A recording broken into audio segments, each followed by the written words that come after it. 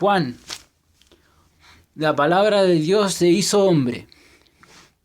En el principio era el verbo, la palabra, y el verbo estaba ante Dios, y el verbo era Dios. Él estaba ante Dios en el principio. Por él se hizo todo. Nada llegó a ser sin él. Lo que fue hecho tenía vida en él. Y para los hombres la vida era luz.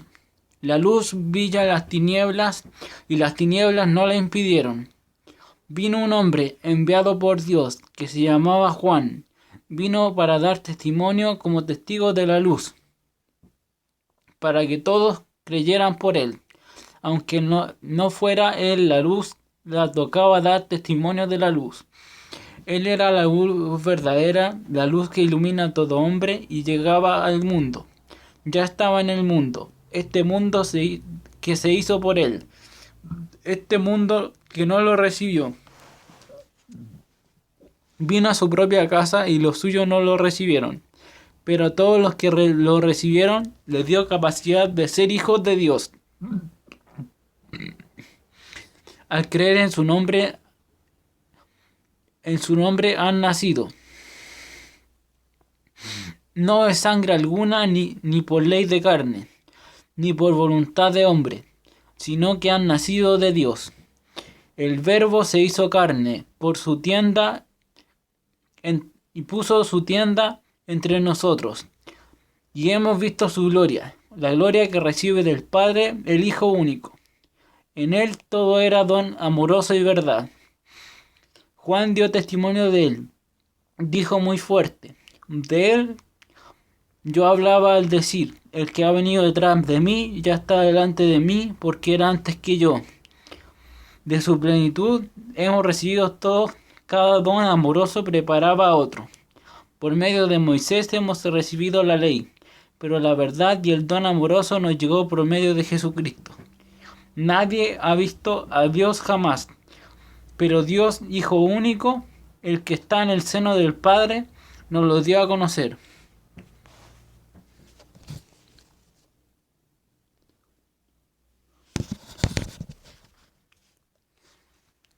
Primera parte. Jesús se da a conocer por sus señales. Juan Bautista presenta a Jesús, el Cordero de Dios. Este fue el testimonio de Juan cuando los judíos enviaron sacerdotes y levitas desde Jerusalén para preguntarle: ¿quién eres tú? Juan lo declaró, y no ocultó la verdad, y declaró: yo no soy el Mesías. Le preguntaron: ¿quién eres? Entonces, Elías contestó: no lo soy. Le dijeron: ¿eres el profeta? Contestó: no.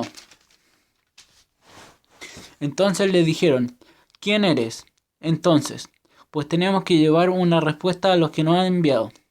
Y dices: ¿qué dices de ti mismo? Juan contestó: yo soy, como dijo el profeta Isaías, la voz que grita en el desierto: enderecen el camino del Señor. Los enviados eran del grupo de los fariseos y le hicieron otra pregunta: ¿por qué bautizas entonces si no eres el Mesías, ni Elías, ni el profeta?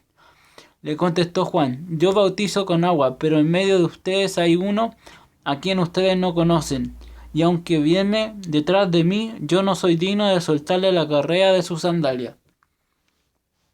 Esto sucedió en Betábara, al otro lado del río Jordán, donde Juan bautizaba.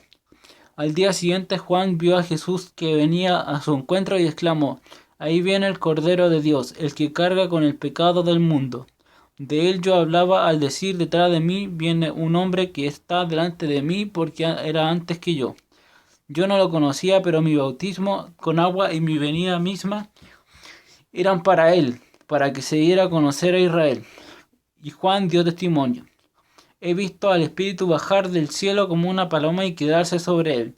Yo no lo conocía, pero aquel que me envió a bautizar con agua me dijo también: verás al Espíritu bajar sobre aquel que ha de bautizar con el Espíritu Santo, y se quedará en él. Si yo lo he visto, declaro: este es el elegido de Dios. Jesús llama a sus primeros discípulos.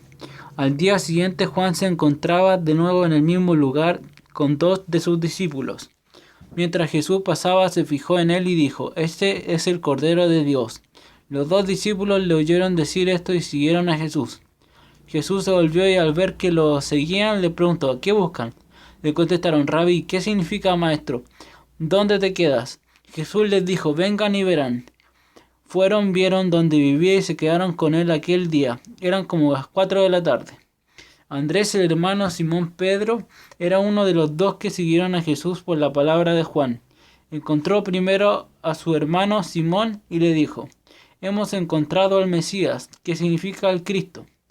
Y se lo presentó a Jesús. Jesús miró fijamente a Simón y le dijo: tú eres Simón, hijo de Juan, pero te llamarás Kefas, que quiere decir piedra.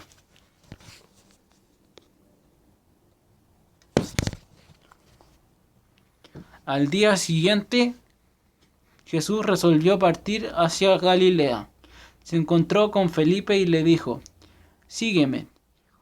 Felipe era de Betsaida, el pueblo de Andrés y el de Pedro. Felipe se encontró con Natanael y le dijo: hemos hallado a aquel de quien escribió Moisés en la ley y también los profetas. Es Jesús, el hijo de José de Nazaret. Natanael le replicó: ¿puede salir algo bueno de Nazaret?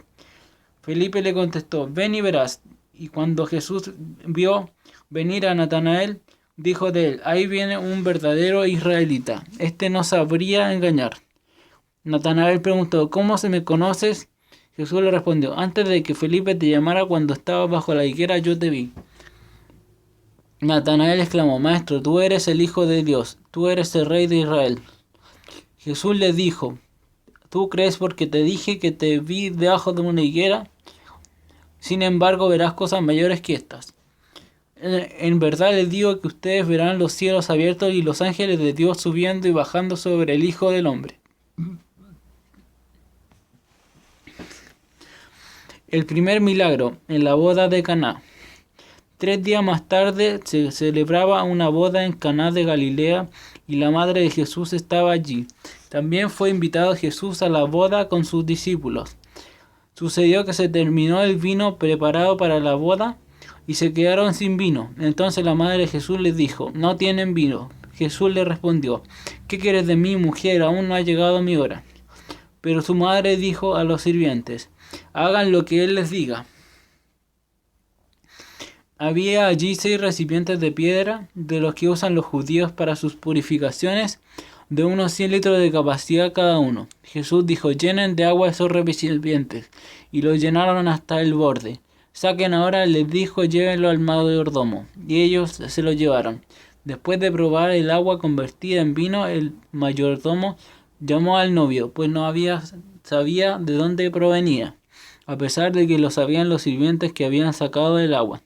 Y le dijo: todo el mundo sirve al principio el vino mejor, y cuando ya todos han bebido bastante les da el de menos calidad.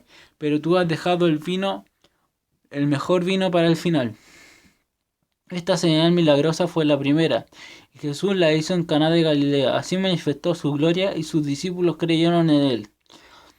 Jesús bajó después a Cafarnaúm con su madre, sus hermanos y sus discípulos, y permanecieron allí solamente algunos días.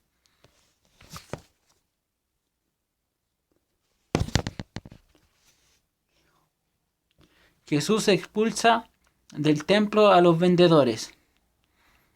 Se acercaba la Pascua de los judíos y Jesús subió a Jerusalén. Encontró en el templo a los vendedores de bueyes, ovejas y palomas, y a los cambistas sentados detrás de sus mesas.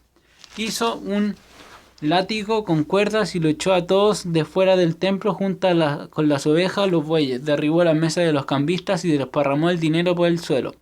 A los que vendían palomas les dijo: saquen eso de aquí y no conviertan la casa de mi padre en un mercado. Sus discípulos se acordaron de lo que dice la Escritura: me devora el celo por tu casa. Los judíos intervinieron: ¿qué señal milagrosa nos muestras para justificar lo que haces? Jesús respondió: destruyan este templo y yo lo reedificaré en 3 días. Ellos contestaron: han demorado ya 46 años en la construcción de este templo y tú piensas reconstruirlo en 3 días. En realidad Jesús hablaba de ese templo que es su cuerpo. Solamente cuando resucitó entre los muertos, sus discípulos se acordaron de de que lo había dicho, creyeron tanto en la escritura como en lo que Jesús dijo.